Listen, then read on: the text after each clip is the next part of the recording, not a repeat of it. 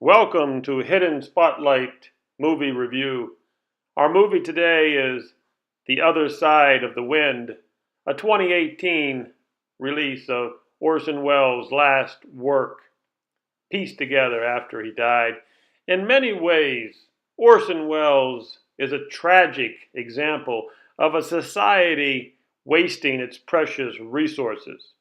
This is a side effect of crony capitalism, where one evil group has all the money, and if you are not part of their group, they destroy you, or try to. Orson Welles was not part of this evil 666 gang who control all the money and all the assets. Like I said, they tried to destroy the genius imagination of Orson Welles. They tried to destroy his grand illusion, but he fought back. And this is the last pieces of illusions that he created, patched together after his death to remind us that he did walk among us and the world was a better place because of it. So on to the review. What we have here is a review of The Other Side of the Wind.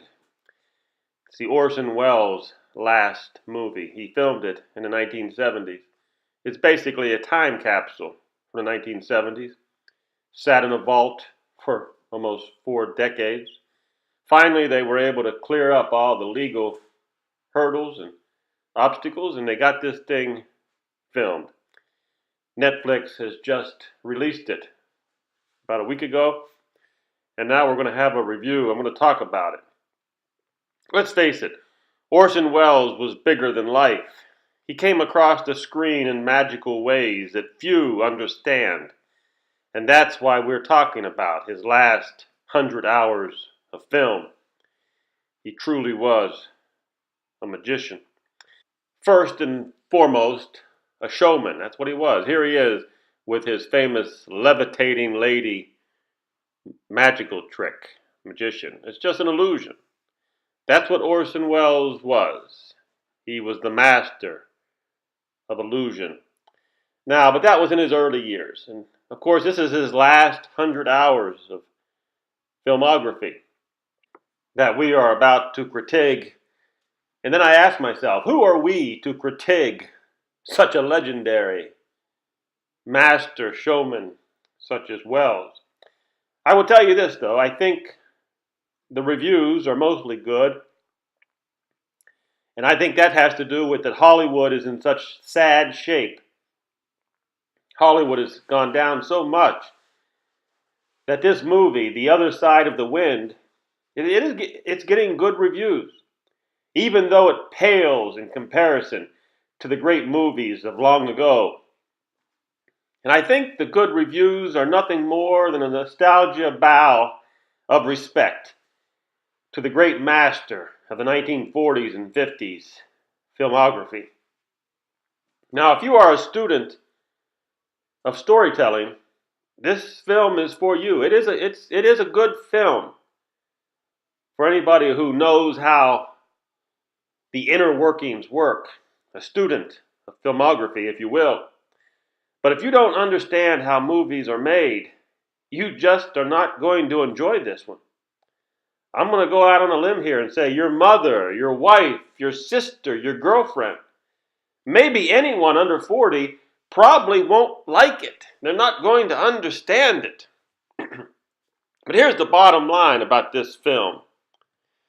The bottom line is this. This film is nothing more than Orson Welles mocking Hollywood. It's his way of mocking Hollywood, making fun of its dark side. It's a riddle, it's a puzzle, it's a montage of film clips that Orson was to use like one of his magic tricks. You've seen this. I've showed it to you before. I'll show it to you again.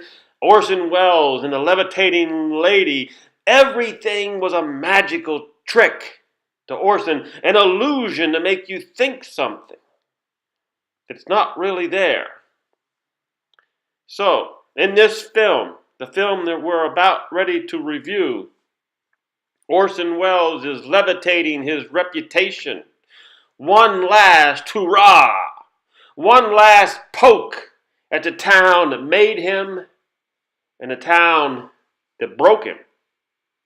Yes, when it comes right down to it, this is Orson Welles mocking, jabbing, and poking one last wild punch from left field, hoping to connect to the jaw of Hollywood. Sorry to say it was 40 years too late for the old man. What's the nitty-gritty here? Was it a great movie? No. Was it a glimpse into the 1970s sick Hollywood? Yes, by an insider, no less. Was there a great scene in the movie? Yes.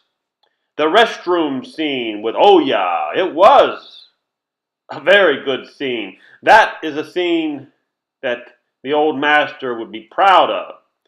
A divine accident, as he would say. Was this nothing more than longtime friends of Orson Welles trying to help him recapture the magic of youth? Yes, these were all old friends, some of them working for nothing. And Orson left us a clue of that. When we're talking about trying to recapture the magic of youth, Orson left us a clue in the scene with the leading man Max.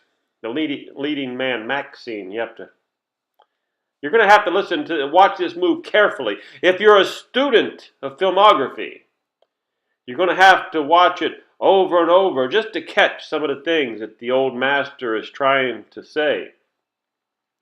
Orson Welles was truly a genius.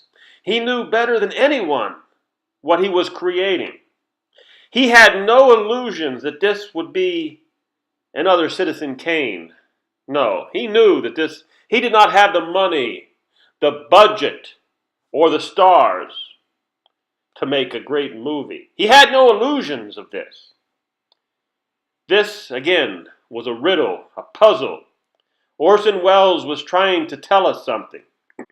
And what strikes me the most about this pieced together montage was how Orson wanted to make it a riddle, a puzzle, for you to find the clues of how and what he really thought. What was he thinking? This was Orson Welles' last Hail Mary punch. Like I said, he was trying to laugh and poke needles into the money men of Hollywood. And the sad fact is that most viewers will miss this message entirely. Most viewers will have no idea what Orson Welles was thinking when he was putting this riddle and puzzle together. Oh, many people will claim it's a documentary of Orson's later years. But was it a documentary or a mockumentary? Yes. Was this nothing but a sleight of hand by the magician? He gave us many clues. He gave us many, many clues in this film footage as to what is really going on. And that's what we're going to talk about a little bit. In the leading man scene, Max. Max is the very handsome leading man. He came in there. They needed him in this movie. See, this is a movie within a movie. And the lead figure, the lead character, John Huston, is the director, and he needs a leading man. But guess what? Orson Welles also needed a leading man to carry his film. But he could not get the money to get that leading man. So these are the clues that Orson Welles puts in there. Another one in there, at the same scene with the leading man, Max, and he says, and the handsome actor says, Jake is just making this up as he goes along, isn't he? And that's another clue to Orson Welles. Orson Welles was giving us clues about what was going on here. His bitterness towards Hollywood executive money men expressed in so many lines in this movie through religion. Yes, there's lots of homophobic, religious stuff. It's all at 1970s. I mean, it was normal in the 1970s. But Orson Welles had learned from Citizen Kane that you cannot buck these people because they'll bury you. They broke him. They broke him, and he was bitter. Well, they didn't. He wasn't all that bitter. I mean, he kept his creative juices going to the end. You cannot break him. You cannot break a genius like Orson Welles. He kept on fighting and fighting. But yes, he was trying to give us clues to what was going on in his head.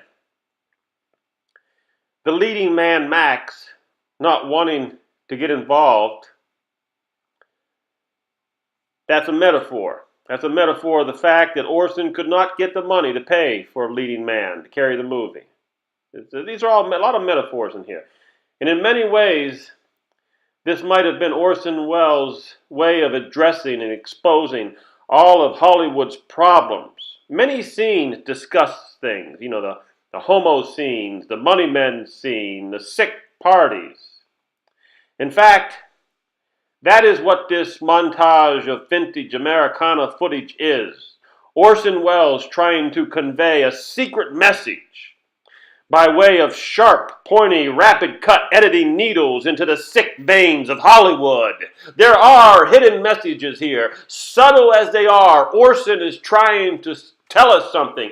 Unfortunately, he was not able to edit this movie completely. Could you imagine how great this movie would have been if Orson Welles was able to edit the whole thing? It would have been a masterpiece. I have to assume it would have been a masterpiece, because Orson Welles was trying to tell us something through metaphors and montage of clips. Obviously, there's no genius today on earth that could edit this the way Orson Welles would have. But we got what we got, and we must be happy and privileged that we're finally able to see just a glimpse of the last thoughts of the master magician, Orson Welles. And we must give him credit. We must give him a lot of credit for his cutting-edge, surreal restroom scene with the soaking wet Oya. Some people say it's reminiscent of Michelangelo and Tony Honi. But I think I'll go further than this. See, Orson Welles spent 20 years over in Europe. He was influeinfluenced by all those Italian 1960s Italian movies. And this is an important part too. We cannot, because this is one of the reasons why Orson could not get any money for this film. Think what he had. I mean, the only thing he really had to show people was this footage of Oya. And Orson was filming her with everything he learned in Europe. He was filming her as if he was an Italian. And people thought like Italians. We're not ashamed of the body. We're proud of the body. Huh. Can you imagine? This was thought of as pornography. Back in 1970s, trust me on this one, a lot of these kids won't even understand this. Back in the 1970s, this footage of Oya that you see was cut and dry pornography in the eyes of the American English-speaking people. The American English-speaking people, they don't think like the Mediterraneans and Italy. The Italians, again, are proud of the body. It's a beautiful body. And Orson Welles lived 20 years in this atmosphere. Orson Welles was not ashamed of her body. He filmed it like an Italiano would. And unfortunately, why is this such an important factor in the movie? Because nobody, no English people are going to give him any money for the movie. I mean, he got some movie from the Persians, but then all hell broke loose in Persia, and that dried up. So basically, he was either going to get money from the Mediterraneans or he wasn't going to get any money. And this is a very critical point to make, that this movie that he was creating was considered pornography in America. But in Europe, French, or Italy, it would be considered art. This is something that we cannot take away from the facts of the day. Those were the facts back then. We now know, after watching the movie, we now know why Oya Kohar got cold feet every time the film might have been able to be finished. Because many times they tried to finish it, and Oya got cold feet. She backed out. Many people think she was looking for more money. I think there was something else there. Yes, I think she was afraid that the work she and Orson did was not going to be great enough to stand up to the master's reputation. So I do believe that Oya was scared that, who in the hell was going to be able to edit this film as good as Orson Welles? Nobody. And she did not want herself or Orson to look bad.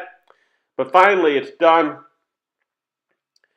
And, okay, before we get into the technical review part of the movie, what's missing? What would be in the movie? If Orson Welles was able to finish it, what's missing? What big part? I believe that missing part would have been Orson Welles himself. You see, Orson Welles was a magical figure, and just a few cameos by him would have lifted this movie up quite a bit by a few stars. Now, they insinuate that John Huston is the voyeur, the old man looking down on the young people, living his life vicariously through others. Remember this, when we watch movies, what are we doing? We are entertaining ourselves. We are living vicariously through the lives of these actors and these illusionists. That's the job of Orson Welles, to make our life a little bit better. And again, this is my opinion. I don't know if this was in Orson Welles' mind, but if he would have been some sort of mysterious caped figure who came in there, and he was even above John Huston's character, because John Huston was the big man, but there are also other men behind the scenes, shadowy figures. And if Orson Welles could have been this mysterious, shadowy figure, and he was the voyeur, because in reality, that's what Orson was. Orson was the voyeur here. He was watching his naked girlfriend with younger men. Okay, I don't want to go too much farther into this, but is this one of the secrets that Orson is withholding from us? Is this part of the riddle? Is this part of the puzzle? You have to make your own mind up on that one. Now, at this point, I have to be honest with you. Everything you've heard from me, my commentary up to this point, is after I watched the movie twice. And of course, after watching it twice, you see other things, you start thinking other things. So these were my thoughts after watching it twice. Now, what you're about ready to hear are the thoughts, my original thoughts after I saw it the first time. So that'll be coming up pretty soon. And I will say this, at the 5-minute and 25 mark, there's a scene there where they have all the photojournalists there, and they're pointing out the photographers. And I'm not sure if that's Bo Derek. I'm almost thinking Bo Derek has a little cameo in this one. And she's the one that says, "I'm independent." They're calling out those girls are from Time Life magazine, blah blah blah. And then this pretty girl says, "I'm independent." I think that's Bo Derek. If anybody agrees with me, let me know on that one.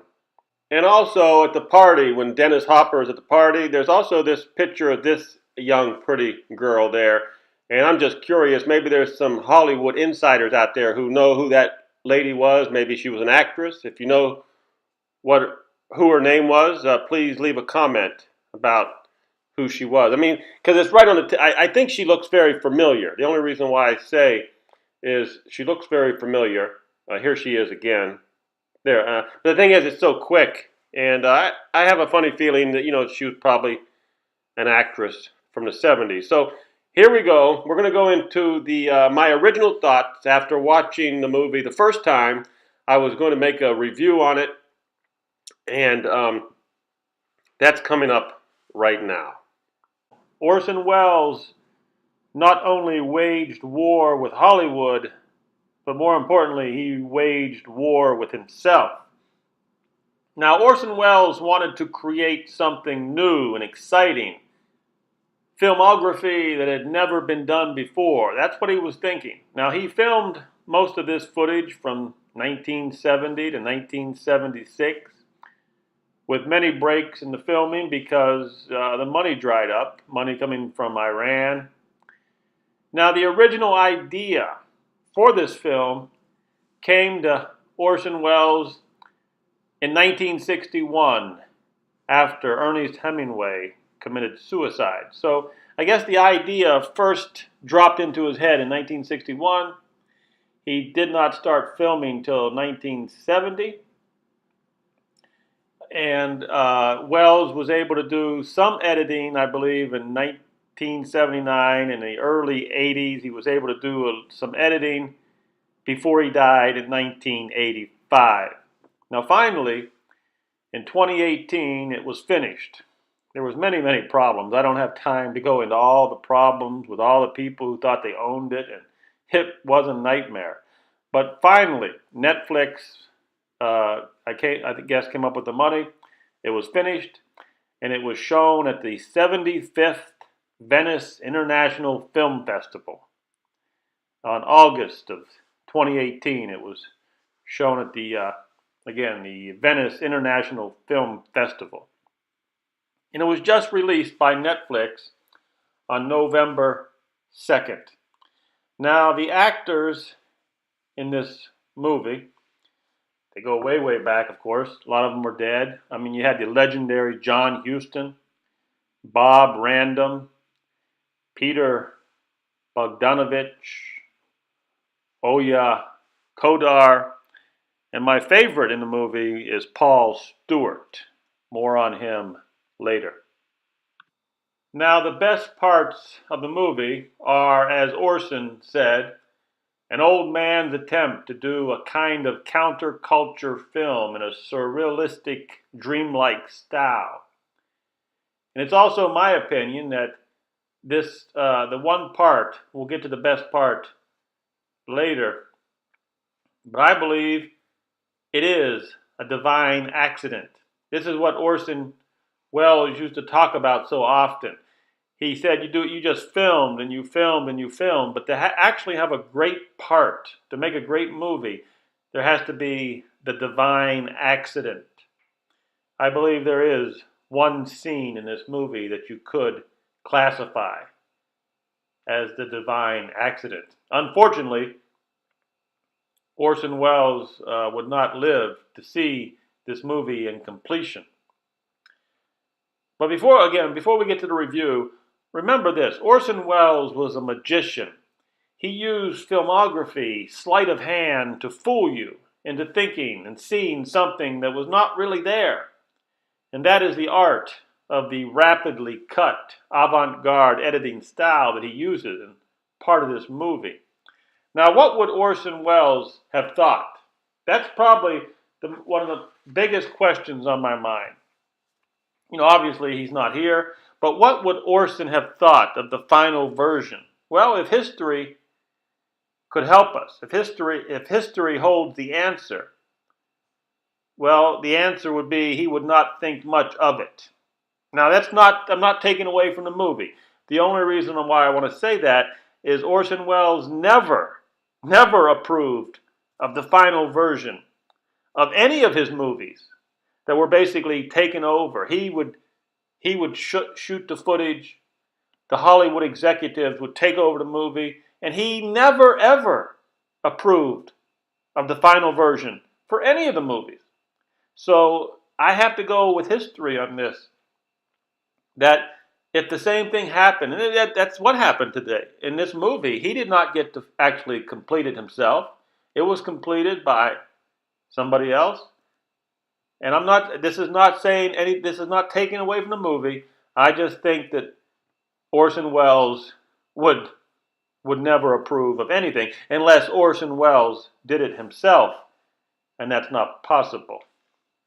All right, maybe a quick correction in what we were talking about. Maybe there was one movie that Orson Welles approved of, and that would be his first movie, Citizen Kane. I think he had quite a bit of power on that movie. So I'm not 100% sure, but maybe he approved of that movie. But most of the movies he did not approve of. Now, on this film we're talking about today, he created almost 100 hours of footage There was a whole lot of amazing footage there. There was a lot to work with. So that's why they were able to edit it and make a halfway decent movie. Again, if you're a student of filmography, if you want to understand how they're made, you're going to like this movie. If you're not a student, if you don't care about how they make movies, I don't think you're really going to like this movie. That's my opinion.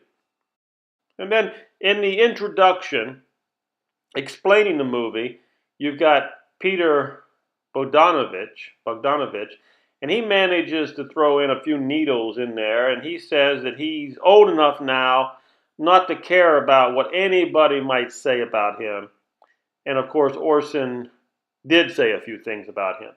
So there was some friction going on there, and Peter sort of threw that in there in the introduction.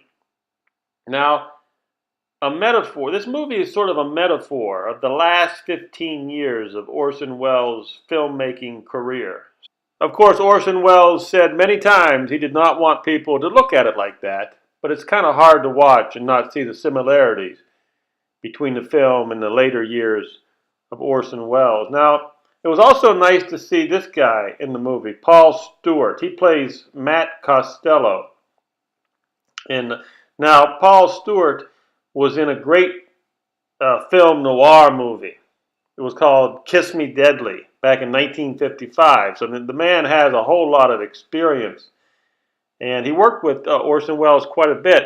And I must say, without Paul Stewart in this movie, the movie would have been lacking a lot. I mean, I hate to say it, but Paul Stewart really does help carry the movie. And he had the first great line in the movie. There's a bunch of photojournalists on the scene, and his character, Matt Costello, tells one of the photojournalists, he says, "Who let you in?" In only the way Paul Stewart could say it. Now, the second big moment in the movie is when John Huston enters the picture. And he's driving. They're driving in a vehicle. And in a show of times, remember, we got to remember this is a time capsule from 1970s. And Huston's character says, "I need a drink." He's driving the car. He says, "I need a drink." And they hand him a drink while he's driving. And the cameraman is in the back, and the cameraman asks him to slow down so he doesn't fall out of the car. It's a convertible. And of course, Huston speeds up, and the guy almost falls out of the car. I mean, this is Orson Welles' way of describing the 60s and 70s. Raw, rough, tough. I mean, drinking and driving and all that other stuff. So right from the get-go, I get the feel that Orson is trying to mix his 1940s film noir expertise in with the 1960s European filmography, that he experienced when he was over in Europe in the 60s, to create some kind of rapidly cut, avant-garde, surreal piece. But I also get the feeling early on that Welles doesn't want someone like me putting him in a box. I mean, he's really mixing it up in this movie. Now, the movie bounces back and forth, and I will say this. I think, it's my opinion, I think Peter Bogdanovich is a better producer than actor. But unfortunately, he had to take over for the Rich Little. Rich Little did that role, and Orson Welles did not think that Rich Little was that good of an actor either. So either way you get it, you get what you pay for. But the movie kind of bounces back and forth. And like I say, it's a movie within a movie, and you've got a lot of macho stuff going on in here. You got macho men slapping big mouth women. You got homophobic rhetoric, religious bashing old timers, naked women who don't talk. I mean, this is a movie that many deplorables would be proud to watch. So why do I say that? Because I cannot imagine anyone under 46 years old enjoying this movie, let alone understanding it. I would go so far to say that a movie like this, if Hillary Clinton were to watch this movie, that by the new year, 2019, Hillary would probably start a petition to have the movie banned as a pro-deplorable propaganda flick. So, I mean, there's a lot of stuff in there from the 70s I don't think that the younger generation is going to appreciate. And sarcastically, I'm sure that the hashtag Me Too movement will get a big kick out of this flashback time capsule where they had all this wonderful 35 millimeter treasure trove, almost 100 hours of 35 millimeter footage, all from the 1970s, when women were women and men were men, and they acted like it. And that's what you get a feel of in this movie. Now, the third big moment is when this character here, Max, he's on the left there. The Max character asks, "Where is the script?" They're trying to get this big movie star to be in the movie. And he's saying, "I want to read the script. Where is it?" There's a long hesitation. He says, "There isn't one, is there? Jake is just making it up as he goes along." And the reason why I think this is the third big moment in the movie, because this is exactly how I think Orson Welles made this project. It went on for a long, long time. And he filmed it from 1970 to 76, and I do believe that he made it up as he went along, as he goes along. And that's a very telling part of the movie, and it's in the movie right there. And then, right around the 25-minute mark of the movie, Dennis Hopper makes an appearance. And it's nice to see a guy of Dennis Hopper's quality in this movie. I mean, it shows the power of Orson Welles to attract an eccentric type of genius that Dennis Hopper was. So he's in the movie. I look at this as the fourth big scene. But unfortunately, it's a really small, tiny part. Now, the fifth big line comes when the Matt Costello character walks in to the party. There he is. You know who that is. We talked about him before. That's Paul Stewart. Now, Paul Stewart walks into the party and he says, "Kill the music." Then he says, "Gypsies, jazz, and mariachis, all for a bunch of creeps who only want to listen to themselves talk." Jesus Christ. That was a line from Paul Stewart. I thought that was a good line. And by the 30-minute mark in the movie, most of the young snowflake viewers are going to have noticed the racist, deplorable religious shots directed towards Hollywood. I mean, all this 1970s stuff that's not politically correct today. And it makes me think about something. I'm getting a little controversial right now. They had almost 100 hours of footage. Can you imagine? This is 1970s. Can you imagine the beautiful dialogue that Orson filmed that the gatekeepers did not put in here? Think about it. Peter Bogdanovich, whatever the hell, I don't even know how to pronounce his name half the time. Peter is a gatekeeper. Can you imagine the beautiful, politically incorrect dialogue that went on here that they left out? That's the unfortunate times we live in today. That people are too tender. They can't take it. See, that was the beautiful thing back in the day when America was great. I mean, we weren't so thin-skinned. We could joke about ourselves. Think of Don Rickles. Now, I don't want to go off on a rant here, but think Don Rickles. I mean, we could laugh at ourselves. That's the problem with America today. People cannot laugh at themselves, and can you imagine the great stuff that was left out of this movie? Now, again, that's just my opinion. Settle down there, snowflake. Settle down. So by the 38-minute mark, I'm thinking to myself, is John Huston going to be able to carry this movie with all his nostalgia one-liners when the best scene of the movie enters? Pure 1960s, 70s, hippie, psychedelic genius from this master, Orson Welles. I mean, he really captured it. Like I had said before, it had to do with his years living in Italy, probably. But Orson captures the 1960s in this, oh yeah, restroom scene. Perfect. Yes, there's nudity. It's surreal. Filmography that would make the sex-crazed Italian directors proud. So don't miss that. It's right around the 38-minute mark to the 44-minute mark, proving that Orson learned something from his days over there in Europe in exile. He was in exile in Europe for 20 years. Now, the sixth big moment comes by about the 1 hour mark in the movie.